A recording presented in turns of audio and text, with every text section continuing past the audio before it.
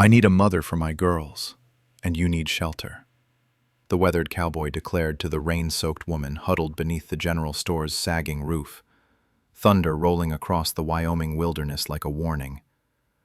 The townsfolk whispered their poison, calling the educated black woman a fallen creature, a scandal fleeing Denver's shadows. They expected her to wither and disappear, another broken soul claimed by the unforgiving frontier. But the widowed rancher saw something different in her dignified posture, something his two motherless daughters desperately needed. His blunt proposal offered salvation wrapped in practicality, her nurturing care for his children in exchange for protection from a world determined to destroy her. Yet beneath their arrangement of necessity lurked dangerous secrets. Hers could expose corruption that powerful men would kill to keep buried, while his comfortable lies about his beloved late wife might shatter under scrutiny. Would their marriage of convenience become their mutual salvation? Or would the truth they're both hiding destroy the fragile family they're trying to build? Before we continue, comment where you are tuning in from. Perhaps we will publish a story there. The storm struck Cedar Ridge without mercy. Rain hammered the wooden planks of the general store porch where Evelyn Calloway sat clutching her worn leather satchel. Water dripped from the brim of her hat onto her muddy traveling dress.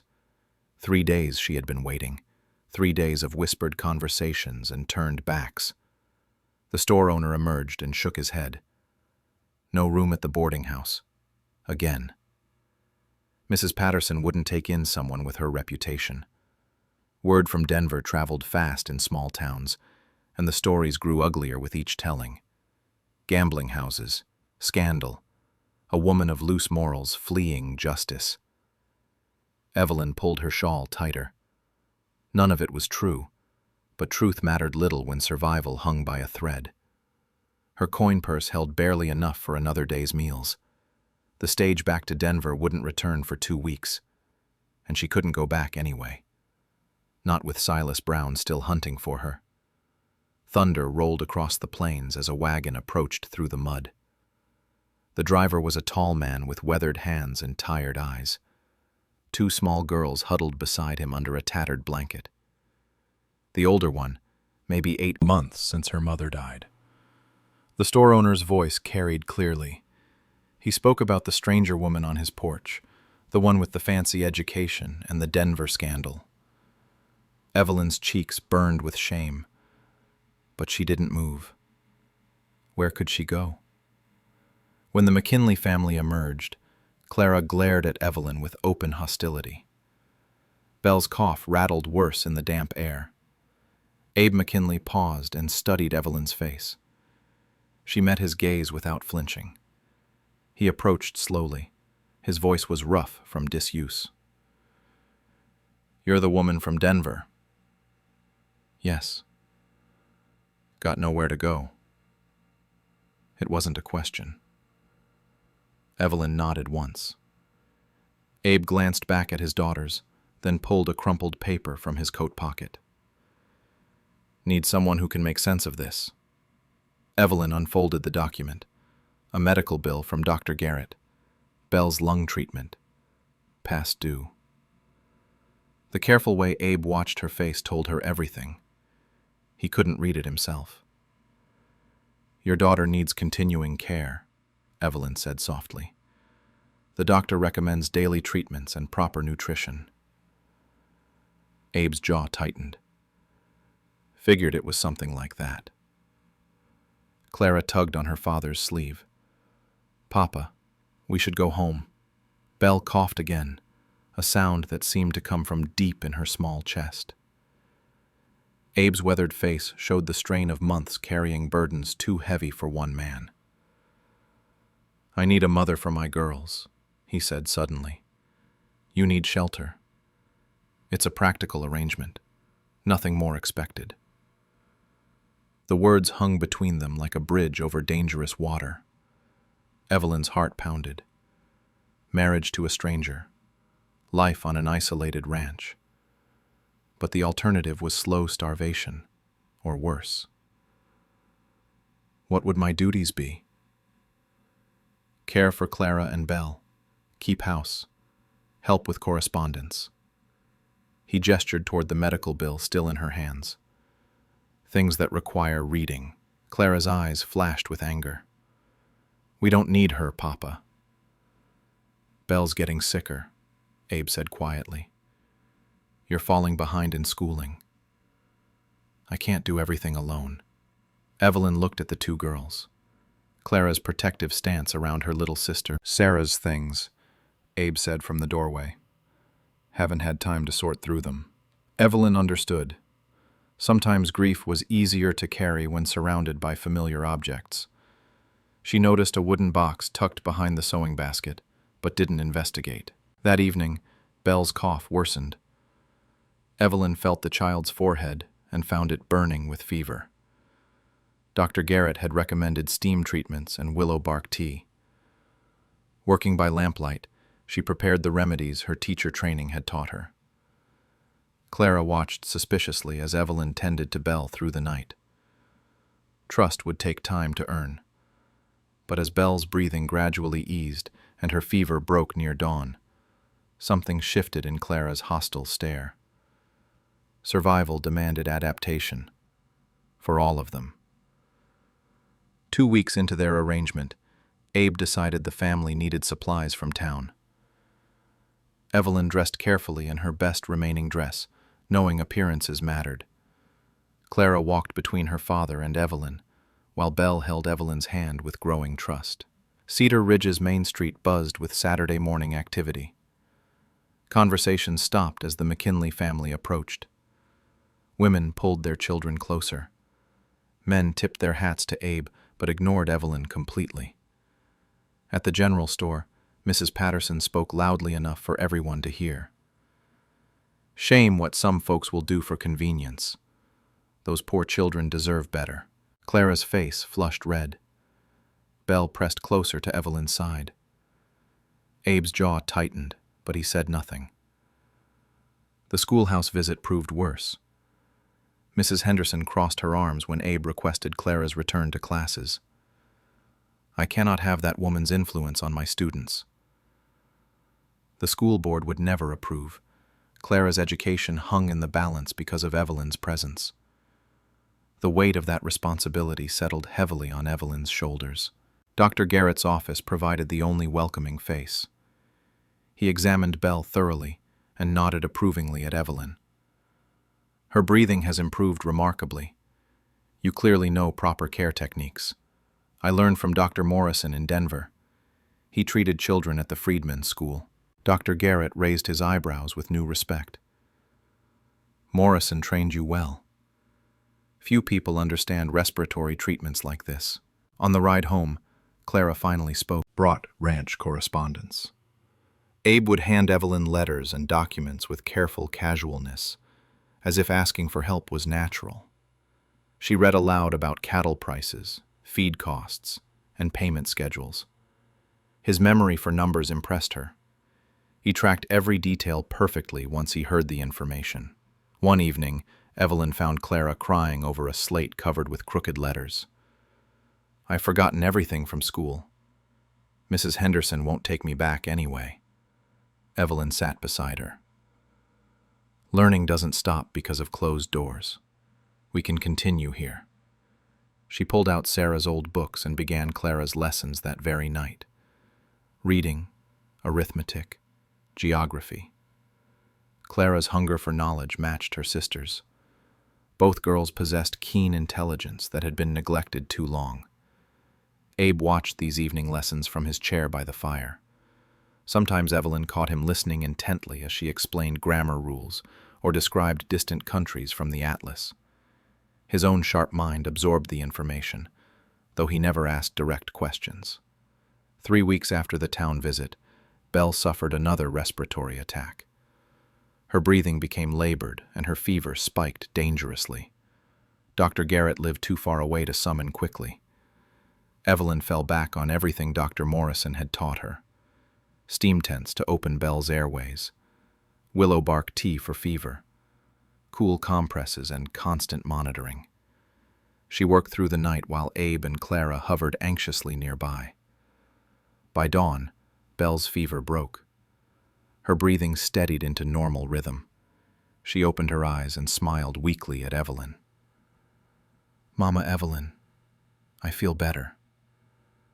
The word mama hung in the air like a blessing. Clara's expression softened completely for the first time since Evelyn's arrival. Later that morning, a stranger rode up to the ranch, well dressed in a city suit, riding an expensive horse. Evelyn's blood turned cold when she recognized him through the kitchen window. Silas Brown had found her. He dismounted casually and approached the house with confident steps. Abe emerged from the barn and greeted the visitor politely. Evelyn couldn't hear their conversation, but she saw Silas gesture toward the house. Toward her. When Silas rode away 20 minutes later, his smile looked predatory. Sarah's true feelings toward her family and frontier life. Evelyn closed the box quickly. Some truths were too painful to face alone. But she suspected those letters might become important someday. Silas Brown's arrival changed everything. Her past was catching up, despite her best efforts to build a new life. The sanctuary she had found with the McKinley family was about to be tested. Silas wouldn't give up easily. He had too much at stake to let her testimony from Denver remain buried. War was coming to Cedar Ridge, whether she wanted it or not. Silas Brown made himself comfortable in Cedar Ridge. He took a room at the boarding house Mrs. Patterson had refused Evelyn. Within days, his charm worked its poison through the town like smoke through dry timber. He spoke softly to the right people, mentioned Denver gambling houses, suggested connections to unsavory establishments. The stories grew more elaborate with each telling. Evelyn watched from the general store as women clustered around Silas on the boardwalk. Their faces showed hungry satisfaction at having their suspicions confirmed. A well-dressed gentleman from the city carried more weight than any defense she might offer. Mrs. Patterson's voice carried clearly across the street. "I knew that woman brought trouble. Poor Mr. McKinley doesn't know what he's gotten himself into." The next Sunday, fewer families nodded to Abe after church services. Conversations died when the McKinleys approached. Clara noticed the change immediately and pressed closer to Evelyn's side. "Why are they acting different, Papa?" Abe's face remained stone. "People talk. Doesn't matter what they say." But it did matter. Belle's innocent questions about why other children wouldn't play with her cut deep. Clara's fierce loyalty couldn't shield them from growing isolation. Silas visited the ranch again 3 days later. This time he stayed longer, accepting Abe's offer of coffee with calculated friendliness. Evelyn remained in the kitchen, but she could hear fragments through the thin walls. "Concerned for your family's welfare," Silas spoke with practiced sincerity. "The woman you've taken in has a darker past than you might realize. She's been nothing but good to my girls. Sometimes appearances deceive. In Denver, the frontier life suffocated her. She felt trapped by motherhood and marriage. The final letters spoke of plans to leave Cedar Ridge forever, to abandon Abe and the children for a new life back east. Evelyn's hands trembled as she read. The perfect wife Abe mourned had been planning betrayal before her accidental death. These letters would shatter his idealized memories, but they also revealed why this house felt frozen in grief. Sarah had been as lost as Evelyn once was. Dr. Garrett arrived unexpectedly the next morning, while Abe worked in the distant pastures. His expression was grim as he dismounted. "That man Silas Brown has been asking questions about you in town. Specific questions about Denver and your reasons for leaving." Evelyn's stomach clenched. "What kind of questions?" "About your testimony against certain officials. About stolen funds from schools. Mrs. Calloway, I think you should know that I've sent telegrams to colleagues in Denver." Hope flickered in Evelyn's chest. "What did you learn?" "Your reputation there is spotless among honest people. Dr. Morrison speaks of you as one of his finest assistants. The school superintendent calls you a hero for exposing corruption. The truth felt like sunlight after weeks of shadow. Then why is Silas here? Because your testimony helped convict some very powerful men with friends who don't forgive or forget. Fear replaced hope instantly. Evelyn sank into a chair. He's not here to ruin my reputation. He's here to silence me permanently. I believe so. We need to tell the town the truth before he can do more damage. But Silas had already done his work too well. When Dr. Garrett tried to speak on Evelyn's behalf, people dismissed his words as misguided kindness. The exotic stranger's stories carried more weight than facts. The crisis came to a head when Belle innocently mentioned to Mrs. Patterson how much she loved her new mama's bedtime stories. The child's genuine happiness became ammunition against Evelyn. That woman has bewitched those poor children, Mrs. Patterson declared loudly. Someone should contact the territorial authorities about their welfare. Clara overheard and ran home in tears. They want to take us away from you, Mama Evelyn. The word Mama from Clara's lip. People wanted me silenced. Abe studied her face in the lamplight. Silas Brown, one of them. He's not here to expose my past. He's here to make sure I can't testify again if those cases are reopened. The truth hung between them like a blade. Everything depended on whether Abe believed her word against a well-dressed stranger's charm. Outside, storm clouds gathered again over Cedar Ridge. This time, the coming tempest would determine whether the McKinley family survived intact, or whether fear and lies would tear apart the love they had carefully built. The town meeting was scheduled for Saturday evening. Word spread quickly that the community would discuss the McKinley family situation. Silas Brown had pushed for the gathering, claiming concern for the children's welfare. Evelyn spent Friday night reading Sarah's letters again. The painful truth about Abe's late wife felt like holding fire. These revelations could destroy his cherished memories, or free him from impossible expectations. She tucked the letters into her dress pocket before dawn. Abe barely spoke during breakfast. Clara and Belle sensed the tension and ate in unusual silence. The weight of uncertainty pressed down on the small kitchen like storm clouds. "Papa, are we in trouble?" Belle asked finally. "Everything will work out," Abe replied, but his voice lacked conviction. At noon, Dr. Garrett arrived with urgent news. His face showed grim satisfaction as he dismounted quickly. "The Denver authorities responded to my telegrams. Silas Brown is wanted for questioning in 3 separate corruption cases." Evelyn's heart hammered. "Are you certain?"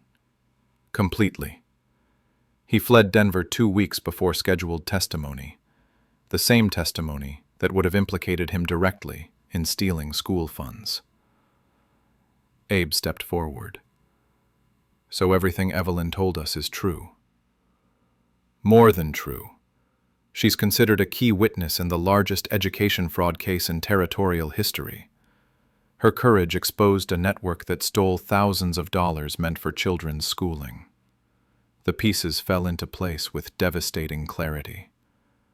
Silas hadn't come to Cedar Ridge to ruin Evelyn's reputation. He had come to eliminate the witness who could destroy him completely.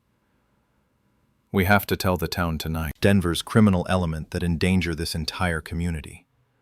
Murmurs of agreement rippled through the crowd. Mrs. Patterson nodded vigorously. She associated with gamblers, confidence men, and worse. Her presence threatens the moral foundation we've built in Cedar Ridge. The lies flowed like honey over poison. Silas painted Evelyn as a corrupting influence who had somehow bewitched a good man and his innocent children. When he finished, the room buzzed with angry whispers. Several men looked toward Abe with expressions mixing pity and condemnation. Dr. Garrett stood slowly. "Might I respond to these accusations?" "Of course," replied Mayor Harrison, "though I'm not sure what medical opinion adds to moral concerns. I've received official correspondence from Denver authorities. Mr. Brown's characterizations are not merely wrong, they are deliberately false. Silas's confident expression flickered slightly. Dr. Garrett pulled out telegraph messages. Mrs. Calloway was indeed involved with Denver's criminal element. She was the primary witness who exposed their crimes and testified against them in court. Shocked silence replaced angry murmurs. She taught at a school for freed children. When she discovered officials stealing educational funds, she risked her life to report them. Her testimony led to multiple convictions and recovered thousands of stolen dollars. Mrs. Patterson's face went pale. Several other women exchanged uncomfortable glances. Furthermore, Dr. Garrett continued, Mr. Silas Brown is wanted for questioning in connection with those same crimes. He fled Denver to avoid testifying about his own involvement in the theft. The room erupted. Voices raised in confusion and anger, but now the anger was directed at Silas instead of Evelyn. Silas jumped to his feet. "This is preposterous. I came here out of concern for this community." "You came here to silence a witness," Dr. Garrett replied firmly. Before anyone could react, Abe McKinley rose from the back of the room. His weathered face showed determination mixed with shame. "I have something to say." The crowd quieted, respecting the widowed rancher despite their recent doubts about his judgment. 3 months ago, my daughters were dying slowly. Belle couldn't breathe properly. Clara was falling behind in her schooling because I couldn't read well every night.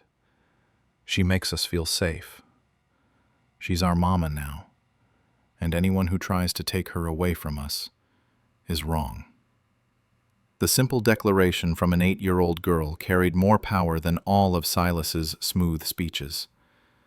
Belle rose too, her small hand finding Evelyn's. "Mama Evelyn made me better when I couldn't breathe. She's good." The truth hung in the air like morning sunlight burning away fog. A woman who had risked everything to protect children in Denver had found a new family to protect in Cedar Ridge. Silas Brown saw his carefully constructed lies crumbling. His face darkened with rage as he realized his mission had failed completely. The real battle was just beginning. Silas Brown's face twisted with fury as the town meeting turned against him. He stood abruptly, his polished facade cracking completely. "You're all fools if you believe her lies over mine." Mayor Harrison stepped forward. "Mr. Brown, perhaps you should explain why Denver authorities are seeking you." "Misunderstandings. Paperwork errors." Silas's voice lost its smooth confidence. "I came here as a concerned citizen." "You came here as a fugitive," Dr. Garrett corrected firmly. "The territorial marshal has been notified of your location." Panic flashed across Silas's features. He pushed through the crowd toward the door, his expensive suit no longer impressive but somehow desperate. The room buzzed with shocked conversations as the truth settled over Cedar Ridge like sunrise. Mrs. Patterson sat frozen in her front row seat. Her moral certainty had crumbled in minutes, leaving her exposed as a gossip who had nearly destroyed an innocent family. Mayor Harrison called for order. "It appears we owe the McKinley family an apology. Mrs. Calloway's character has been thoroughly vindicated." The crowd murmured agreement, but Evelyn felt no satisfaction. Too much damage had been done. Too many wounds had been opened for simple apologies to heal. That night at home, Clara and Belle went to bed early, exhausted by the evening's revelations. Abe sat by the fire while Evelyn cleared the dinner dishes. The silence between them carried weight. Finally, Abe spoke. "There's something I need to tell you about Sarah Payne. I built my whole morning around a woman who didn't exist." His voice cracked slightly. "The perfect wife who loved this life and these children completely." Evelyn pulled the letters from her pocket. "What do you want to do with these?" Abe took them with trembling hands. "I should burn them," Forget what they say. Or we could bury them with the truth. Accept that Sarah was human, not perfect. Love her anyway. The next morning brought unexpected visitors. 3 families from town arrived at the ranch with offers of help and friendship. Mrs. Henderson came too, carrying school books for Clara. "I was wrong about you," she told Evelyn directly. "Clara's education has clearly flourished under your guidance. I'd like her to return to school, but perhaps you could also tutor some of our struggling students." The request felt like vindication and opportunity combined. Teaching again meant using the skills that had defined her in Denver. Dr. Garrett arrived at noon with official news. The territorial marshal arrested Silas Brown at the boarding house this morning. He'll be transported back to Denver for trial. Relief flooded through Evelyn. The threat that had hung over her for months was finally gone. "There's more," Dr. Garrett continued. "The Denver school superintendent wants to offer you a position, head teacher at the new Territorial Education Center. The offer should have been everything Evelyn wanted: respect, security, purpose. But looking at Clara and Belle playing in the yard, she felt only sadness at the thought of leaving. "I need time to consider." That afternoon, she and Abe walked to Sarah's grave on the hill behind the house. The simple wooden cross marked a woman who had struggled with dreams and disappointments like everyone else. They buried the letters beside the grave, then planted wildflower seeds over the small hole. Not to hide the truth, but to let something beautiful grow from acknowledged pain. "Sarah deserved better than this lonely place," Abe said quietly. Maybe them could have imagined this moment. A practical arrangement born of desperation had grown into something neither practical nor desperate. It had become home.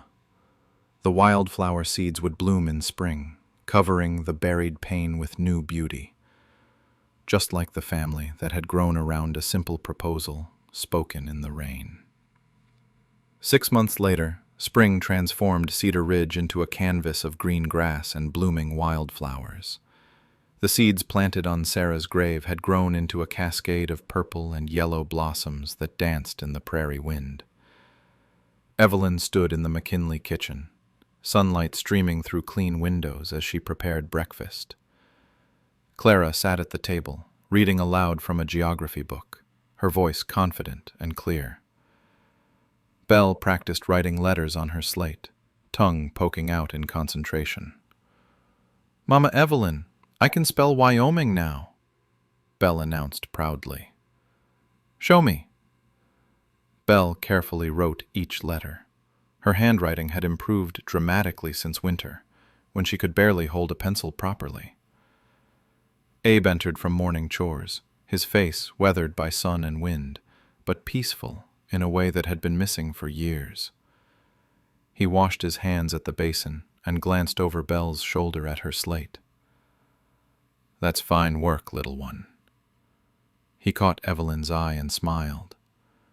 3 months ago, he had surprised her by writing his first complete sentence without help. Now he read simple passages aloud to the girls during evening story time. "Dr. Garrett's coming today," Clara announced. "He said he had news about the wedding preparations." The wedding.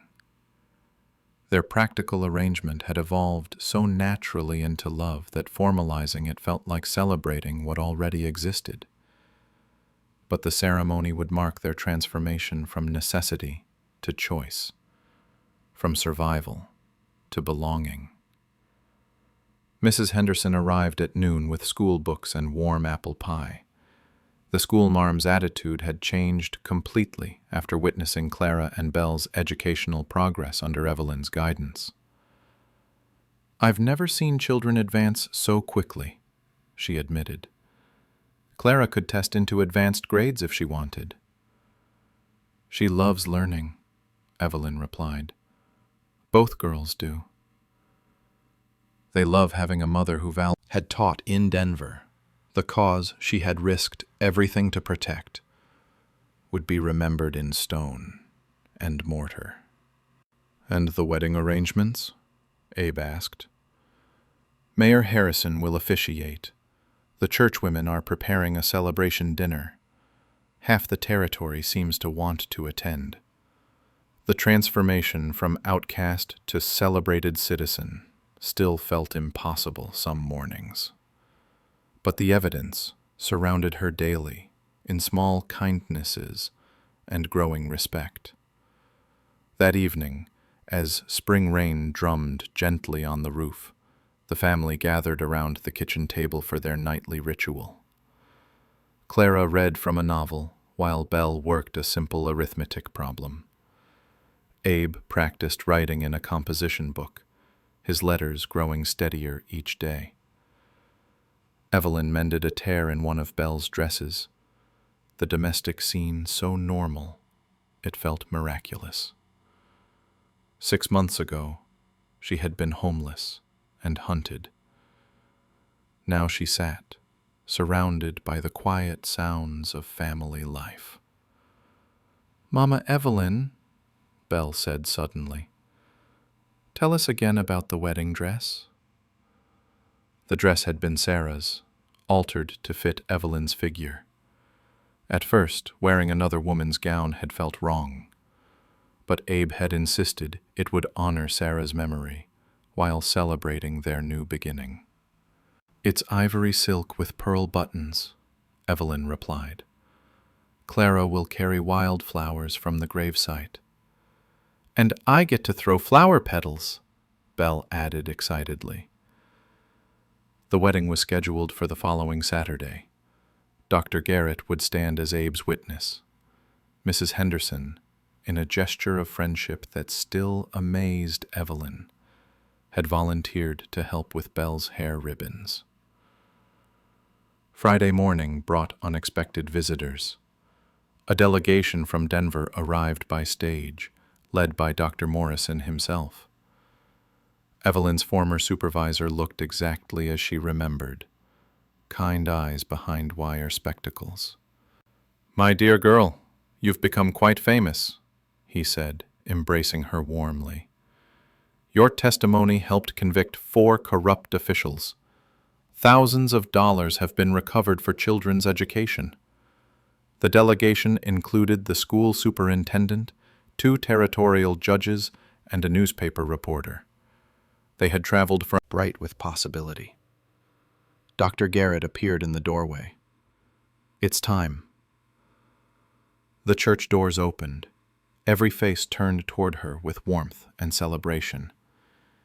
Abe stood at the altar in his best suit, Clara and Belle walking ahead of her scattering wildflower petals. As she joined him at the altar, Abe took her hands gently. "Still just a practical arrangement?" he whispered.